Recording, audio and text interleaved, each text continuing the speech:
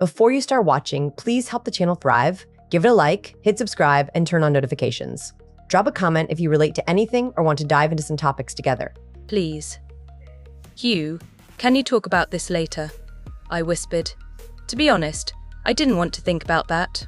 Not yet anyways. She nodded and asked, How are you? I've been doing pretty well for myself. We see you all time in newspapers, magazines, and TV nowadays. You look amazing, honey. And we missed you so much, she said, looking at me with longing in her eyes. I know, I whispered, barely audible for anyone to hear. Mama, is this Grandma? Asked Samantha. Yes, sweetie, I answered with a smile. Are they your children? Mum watched them in complete awe. Yep, they're twins.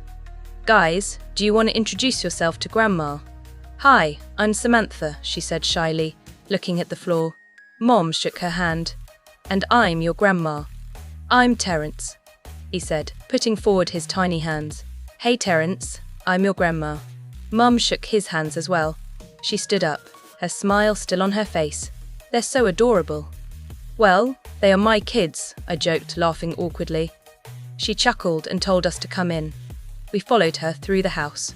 And at this moment, I knew Randy was right. If I never did see my mum, I would have regretted this for the rest of my life. Chapter 18. As soon as we entered the house, Mom started cough non-stop. Terence and Samantha, you may go and play outside in the yard now, I said to my kids. Great, Mum, they exclaimed excitingly. So how are you? I asked Mom when my kids were gone. I'm better that you're here right now, she smiled. Tell me, what have I missed in the last 5 years of your life? Well, few months after, I left, I had the twins.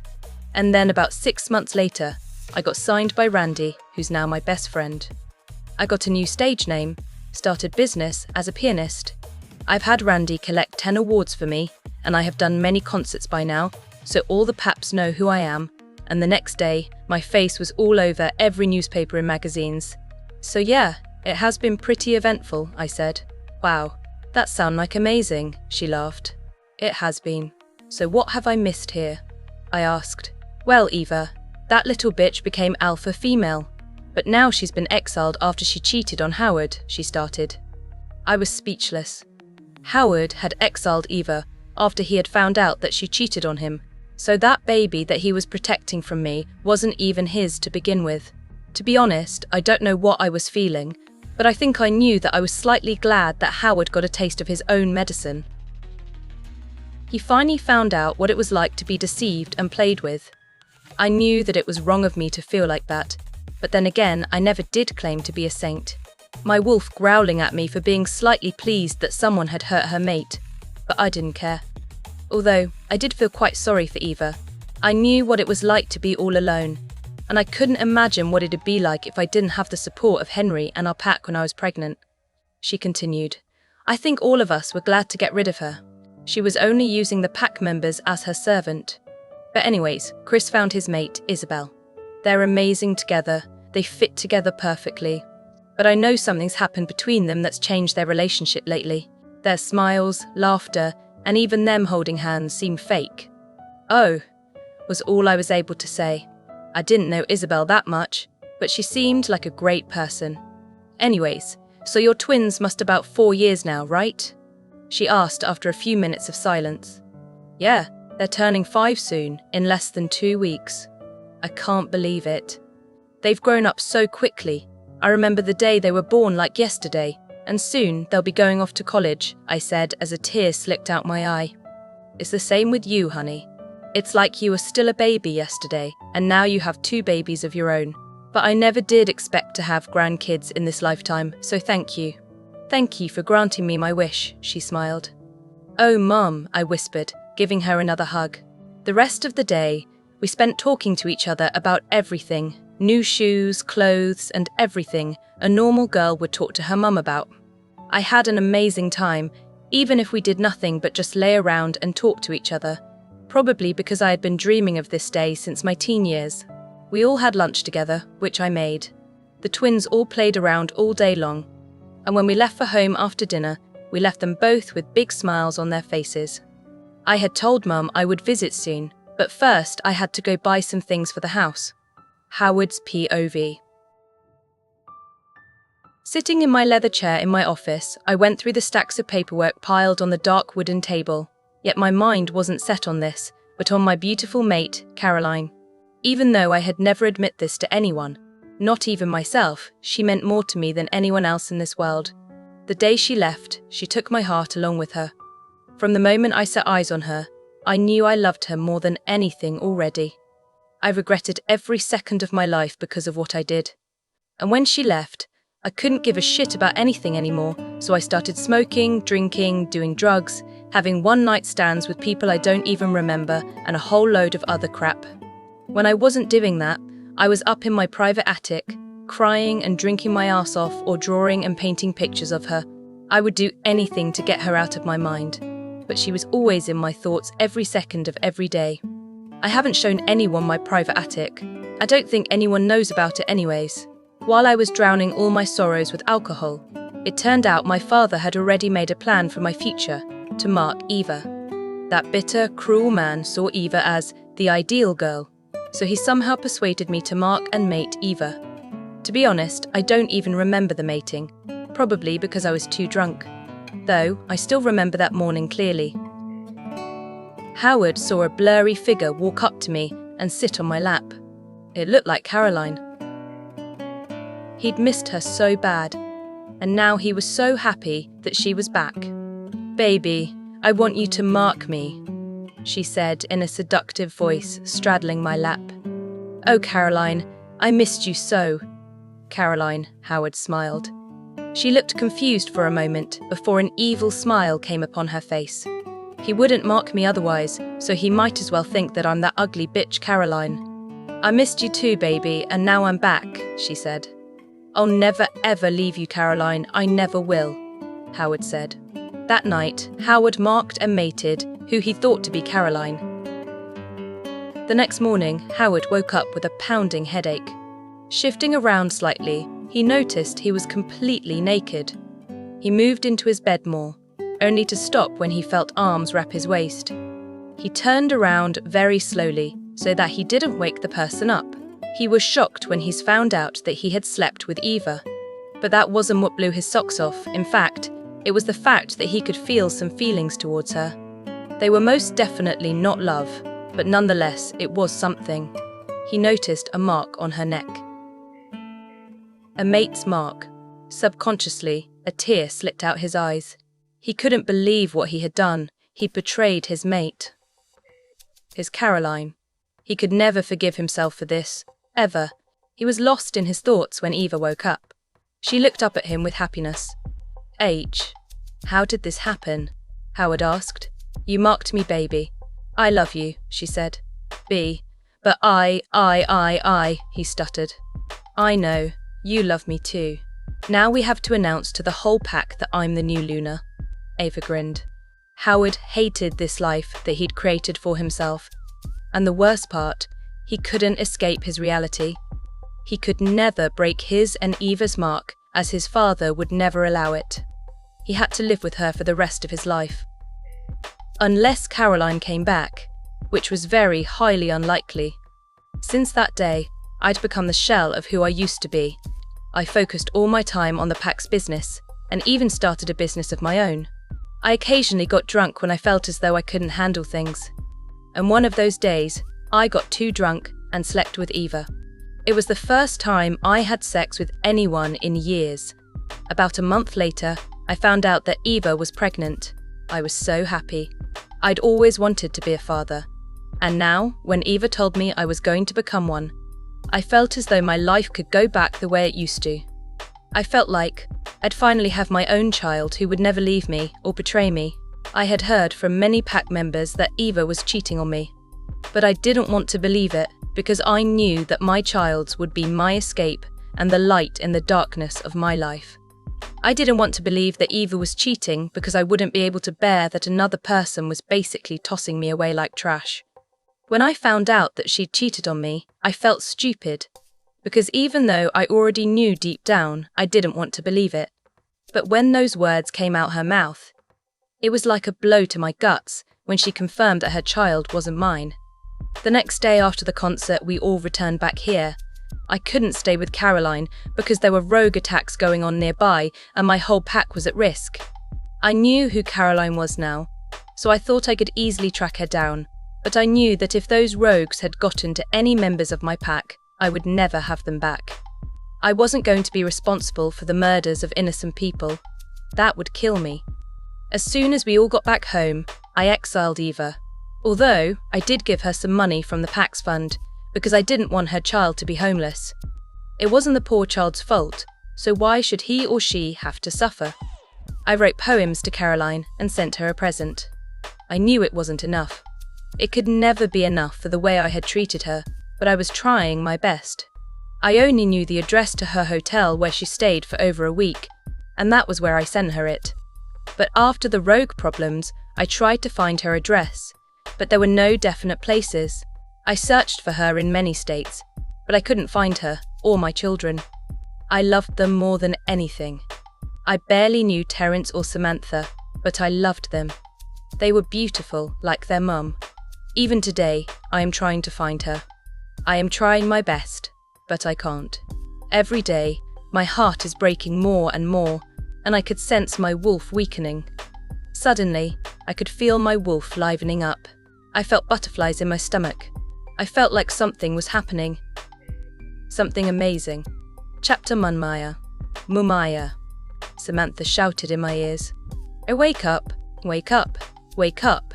I groaned, rubbing my eyes slowly because of the bright light coming through the windows. I sat up and noticed that both Terence and Samantha were sitting on my bed.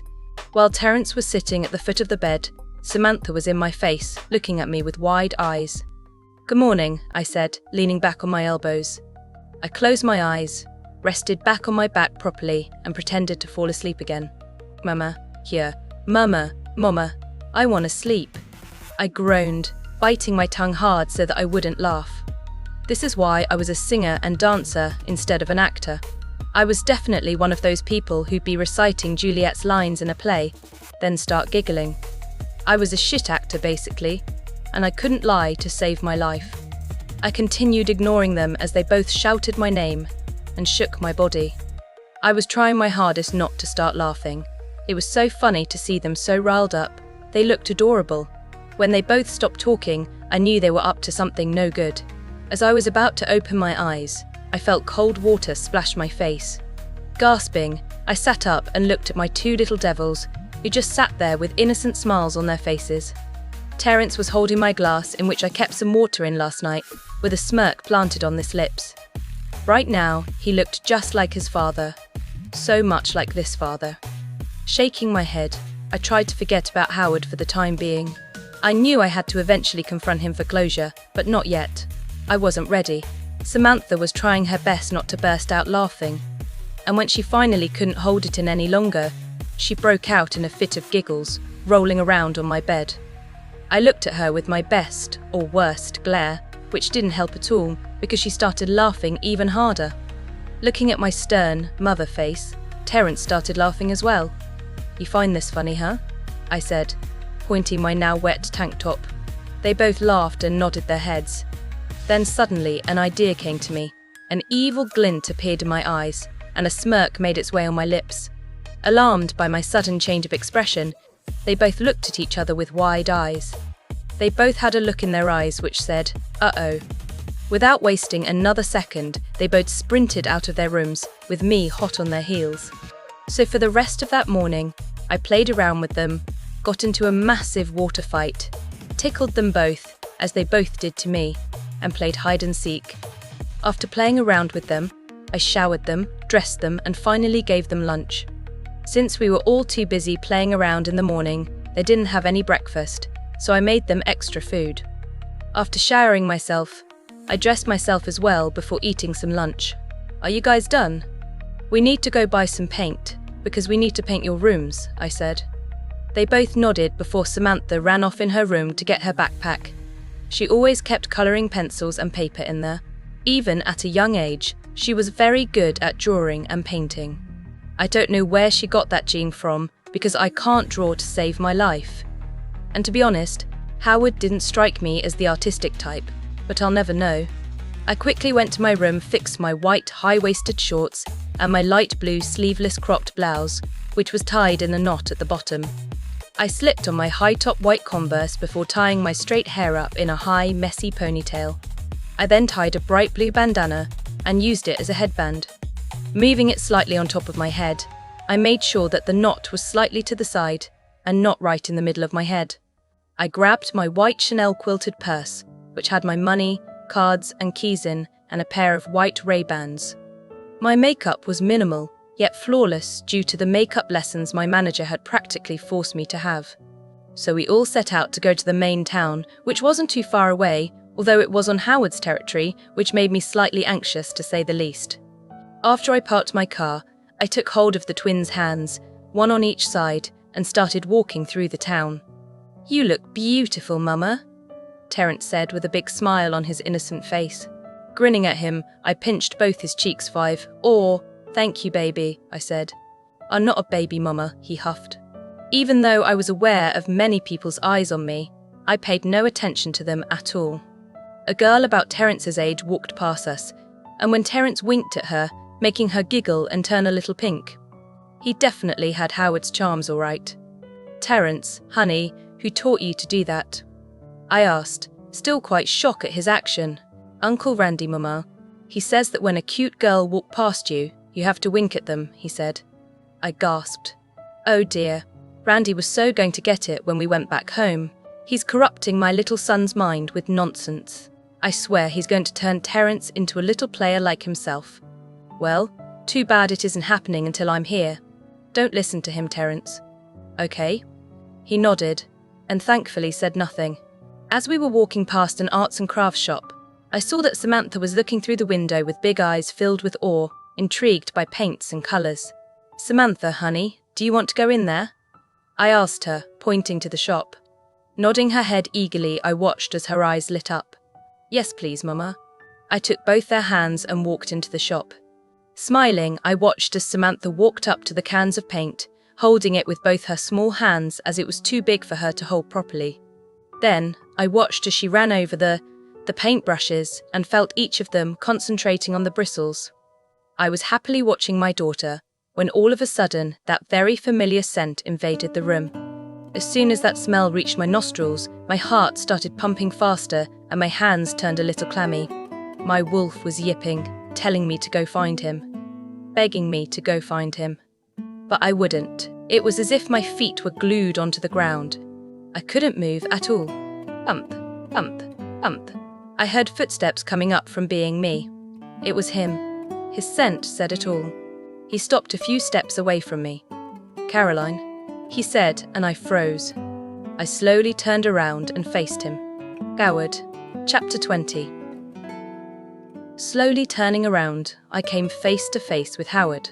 My eyes widened and my heart was sent on a wild frenzy. And I knew, without a second doubt, he could hear my heart pounding. "Caroline, I missed you," he cried, launching himself onto me. "Where were you?" I searched everywhere for you. Wrapping both his arms around me, he pressed me onto his chest. I couldn't help but hug him back, because even though my mind was shouting at me to move away, my body wanted him, needed him. Even though I would never admit it, I had missed him. There was that bond between us that made me want to practically rape him here on the floor and fuck him like crazy. But then again, he was like my other half. He was the burger, and I was the bun. He was the lolly, and I was the pop. He was the zig, and I was the zag. We'd never be truly happy without each other. We'd never be complete without each other. Werewolves were meant to be fiercely loyal to each other, especially to their mates, and that's why we'd experience the pain if a mate had slept without someone else, or worse, if they had marked someone else. It was supposed to never allow mates to cheat on each other. Even down to our personalities, we were made to fit our mates. We were perfect for each other, and mates rarely rejected one another, but it did happen. And when it did, it completely broke the person who was rejected, and eventually they would kill themselves. I would have probably died as well, if it was for the twins, who saved my wolf from dying. But you would always love your mate. There would always be a little love in you for them, despite what they have done to you. It's just the way we are. the way we were made. "Mama, who's that?" Terence asked, tugging my shorts. Just like that, I was pulled out of my daze, and my actions reflected that. I pulled away from him and pushed him away at the same time. He stumbled slightly as I caught him off guard. On his face was the biggest smile I had ever seen. His eyes were bright, gleaming with happiness, love, care, but also a hint of sorrow and guilt. He looked unbelievably happy right now, despite the dark rings he had under his eyes, as if he hadn't been sleeping properly in a while now. His hair and clothes were disheveled, and a slight stubble grew on his cheeks and chin. But right now, he looked like the happiest man on earth. He looked like he'd won the lottery or something. He looked ecstatic, a bit like how I looked like when I first found out he was my mate. "Mama, who is this man?" Samantha asked, coming to stand next to Terence. She didn't look wary, or the least uncomfortable. In fact, she looked slightly pleased. "Mama, who is this man?" Terence said, now a little louder in a slightly aggressive tone. I could feel a little bit of alpha power radiating from him. He was always protective when it came to me or Samantha. Even if he was very young, I knew he was stronger than a normal, human 10-year-old. Crouching down to the twins' levels, he looked at them both with pride and love. He smiled at them, and without another thought, Samantha smiled back at him. Terence looked at him, studying his face carefully, before smiling back as well. Even though he had never met them before, they had a special connection between them. All parents had this bond with their pups.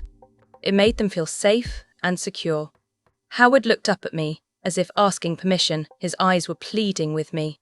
It was wrong to keep their father away from them, no matter what he had done to be. Because no matter what, this wasn't about me.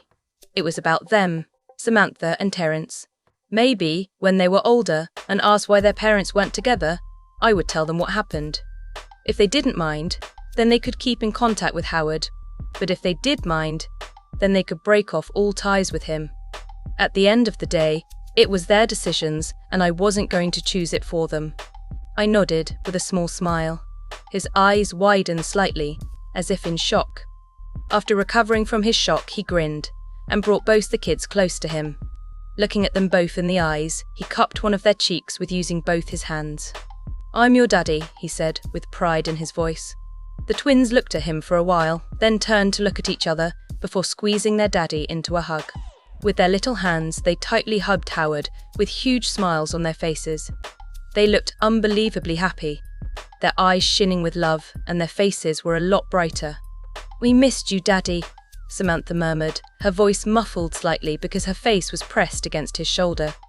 "I missed you too," he said, a small tear leaking out of his eye. It made me feel truly guilty that I'd kept that happiness away from him. My wolf was howling in pain that she's made her mate cry, and me, well, I felt so shitty it was unbelievable. He looked up to me and said, "We need to talk. If we were together or something, then I'd be getting worried, thinking that we were breaking up. Too bad we're not going to be together this lifetime, and probably the next to come as well, so he can't break up with me." I nodded, but otherwise said nothing. Walking around the shop for a bit, he showed Samantha the best types of paint, even though she had no idea what he was talking about.